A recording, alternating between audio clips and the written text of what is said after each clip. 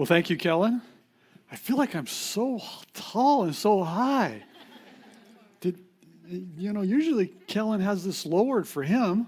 I kind of get a feeling what it's like for him all the time. I just feel like I'm too high. I want to sit at a desk or something. But you're going to Casa de Darm. I mean, you should sign up for that. They have a great house. It'll be a blast. But it's called Casa de Darm. It isn't the Darm's house. It's Casa de Darm. So most of you don't know this, but I grew up in San Clemente, California.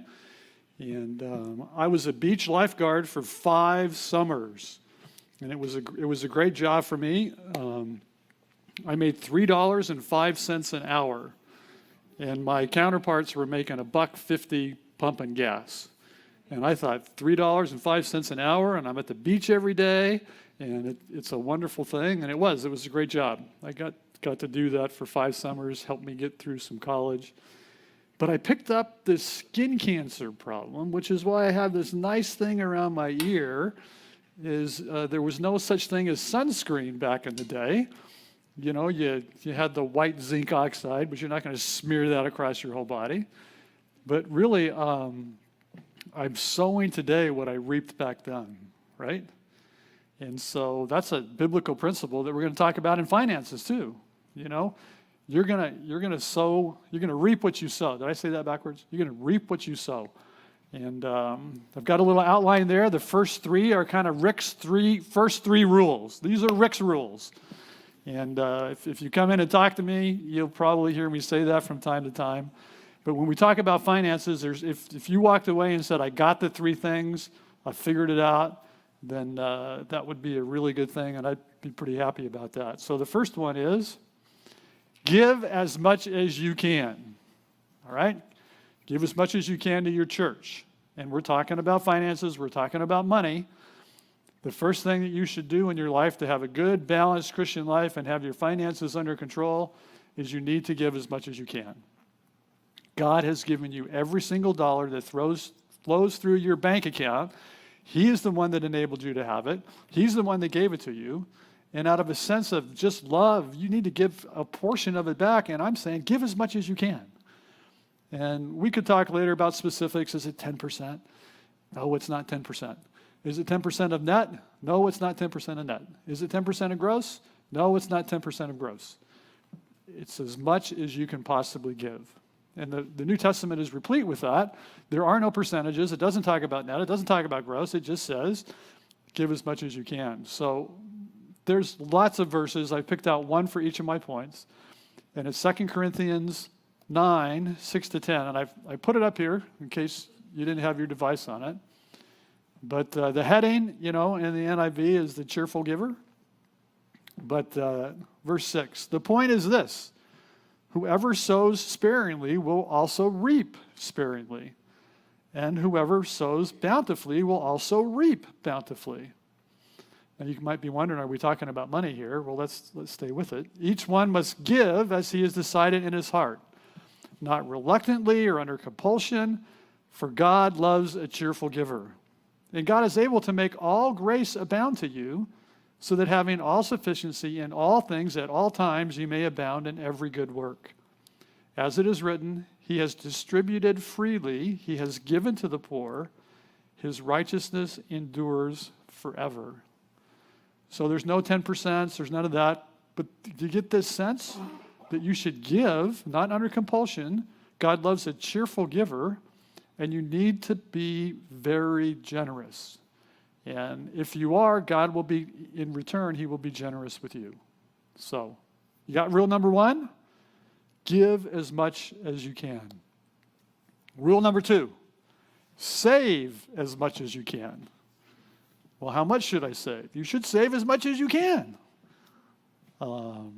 Genesis 41, and I'm not going to read the whole chapter, but this is where Pharaoh has a dream. Joseph comes in. He predicts a famine. Joseph tells Pharaoh what to do. Basically put all this extra grain in because we're going to have 7 years of famine. And what happened? They saved up the grain, and when they had the famine, they had enough grain to get them through a very difficult time. And so we can look at that and say, you should save because you know what? You're going to have a difficult time. You may be in a difficult time right now, and you wish you had saved something to help through this period. But I can assure you, no matter what you do, how long you've been employed, how smart you are, what kind of great job you have, there is likely going to be a problem where you're not going to have enough money. And you're going to wish that you would save as much as you can. If you came to me and we worked on budgets, which I'm happy to do, I would tell you to save. You should have in savings an emergency fund. You know, Dave Ramsey and everybody tells you to do that. You should have an emergency fund. But you should also have savings equal to 3 times what you spend every month. Actually, they say 3 to 6 times. Because you know what? You never know when we're going to have a pandemic and you can't work. Then what are you going to do? If you don't have any savings to fall back on, now you're kind of in chaos, right? We're in a problem.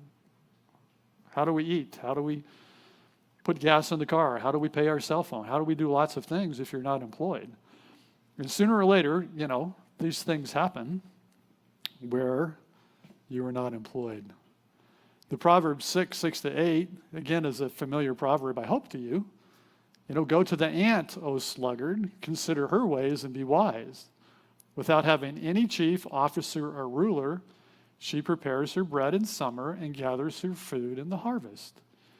She's thinking about what her needs are going to be later, and she goes and gathers so she has enough, the ant has enough when times are tough. Some of you may work in a cyclical business. Some of you may be in the real estate business. You may be in the commission. You may earn a commission. You don't have a salary. And you know when it's really good, what the tendency is to do, right? When you have extra money, what do you do with it? You spend it. And I don't want you to spend it. I want you to save it. And I want you to be disciplined enough in your finances that you will do that. If you happen to get a bonus, another chance to give. That was the first rule. God gave that to you. Maybe he wants you to give it to the church or to Focal Point or to CBI or, you know, wherever you choose to give, first to the church. But then he wants you to save that for the rainy day. What we used to call a rainy day fund. Maybe you hadn't heard that term, but you really should save as much as you can. Number 3, Rick's third rule, never spend more than you have. Give as much as you can, save as much as you can, and never, ever, ever, ever spend more than you have. Because if you spend more than you have, how do you do that? You borrow it. You borrow it from the Studebakers, or you borrow it from me, or you borrow it from somebody, and now you have to pay it back. And that can turn into a death spiral, because what if you can't pay it back? Oh, I'll just do the minimum payments. That doesn't work for very long. And so never spend more than you have. I hate debt. I hate it, because when you get into debt, you have to make the payments. And maybe you can't save and maybe you can't give because now you're in debt. And maybe you can't do other things that you should really be doing. This Psalm 37:21 is a tough one, but I'm going to share it with you anyway. The wicked borrows, but does not pay back. But the righteous is generous and gives. So if you think I'm going to borrow on credit cards and every 7 years I'm going to file for bankruptcy and I'm going to get rid of all those debts, and that's another conversation. We can talk about personal bankruptcy at some other time or later tonight if you want. But God says, you're wicked.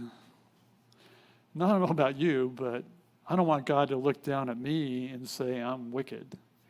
And so if I'm going to borrow, I got to pay it back. And if I don't pay it back, it's a big problem. And righteous are going to be generous and they're going to give. So please, save as much as you can, give as much as you can, and don't spend more than you have.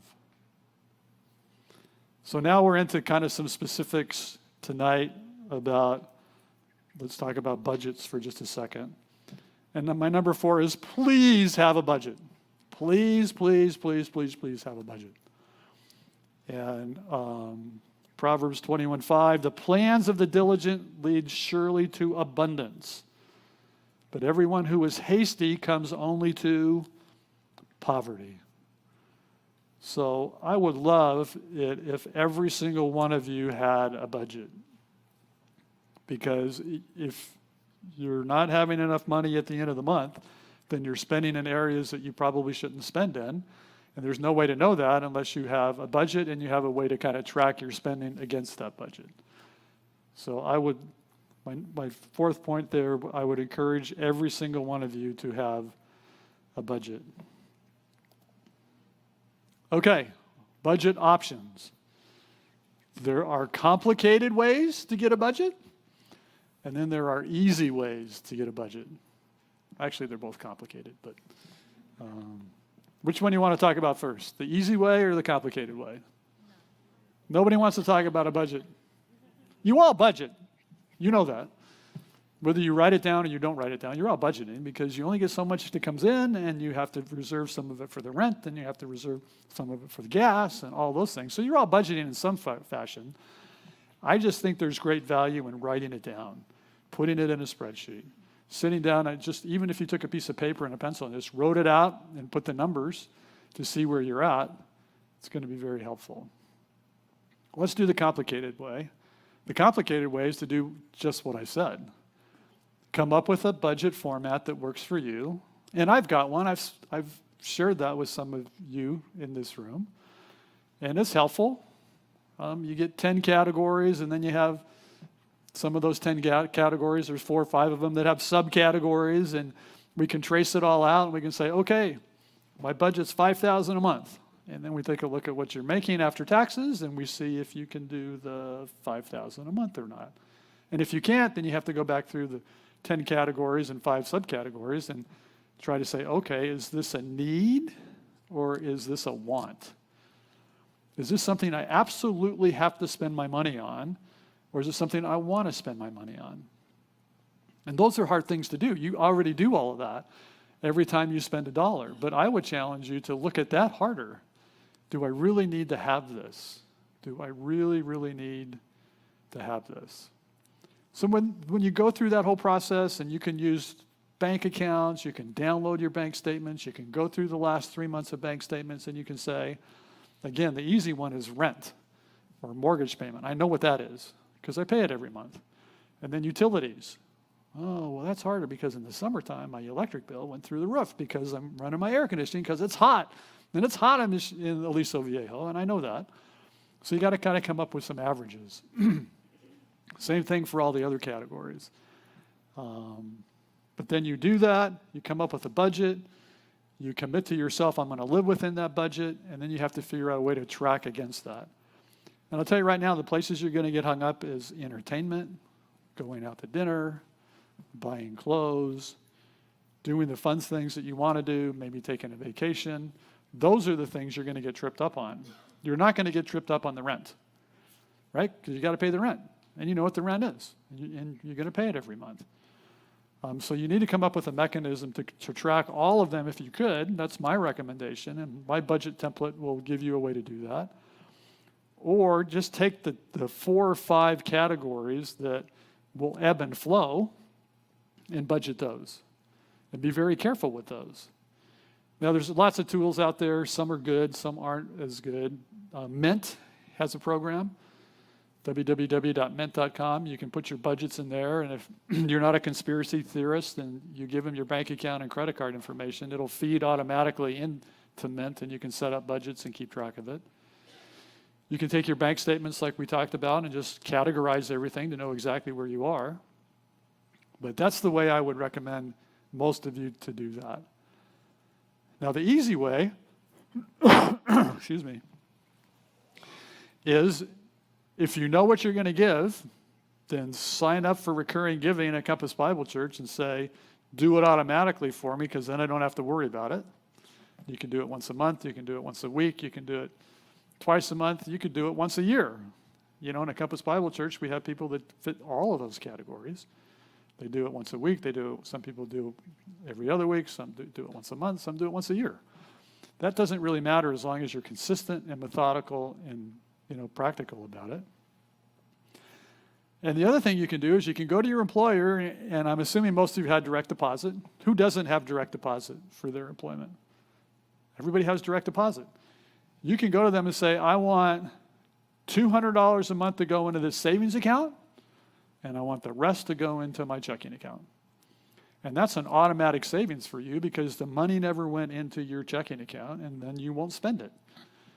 And 99% of the payroll providers will do that for you. They'll bifurcate your net check. You can put it into some of it into savings, and then some of it, and the rest of it in your checking account.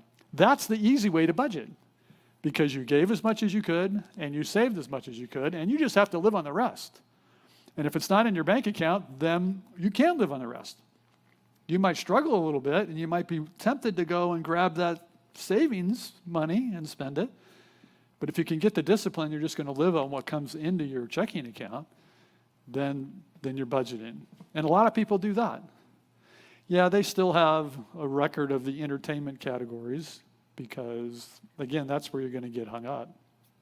I even have a grown son. I think he turned 40, if you can believe that, this year.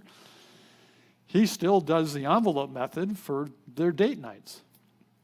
When he gets paid, I don't know what he puts in it. Let's say it's $100. You put it in that envelope. It's time to go on a date. It's time to go out to dinner. Time to do whatever you're doing with your money. You go to that envelope and you pull it out and you spend the cash in that envelope. Then when you come back, if you got some change, you put it back in the envelope. And then next time you want to go out, if you want to go to 2 Angel games, and that's going to cost you money, Kellen will make sure if that's a problem, he'll comp you for it. But you would pull that out because that's a fun, thing to do. It's in your entertainment section. Guys feeling that? Very quiet. You have a quiet group. Okay, so those are the 2 budget options, complicated and easy. I recommend the complicated. Sit down and write it down. And then before we get into Q&A, I just want to remind you that, we've spent some time tonight. I'm happy to take some very detailed questions on this, but keep your life free from the love of money.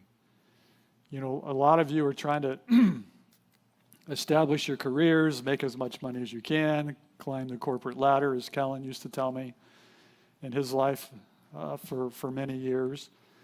You got to be careful that you don't fall in love with the money, because then that will get you to do things that you really shouldn't do. You've got obligations as a Christian. You need to meet those, and if you're out having 2 or 3 jobs just because you want the new Mercedes or you want the new iPhone or you want the new iMac or you want the new Lenovo, I'm the only one that takes regular computers around Compass Bible Church, but excuse me. Keep your life free from the love of money. Hebrews 13, 5 and 6. Keep your life free from the love of money and be content with what you have. For he has said, I will never leave you nor forsake you. Sorry, so we can confidently say, the Lord is my helper, I will not fear. What can man do to me? Thank you, that was my water, and I left it over there.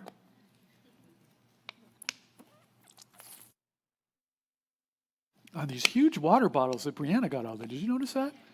Brianna went for the extra large drinks tonight.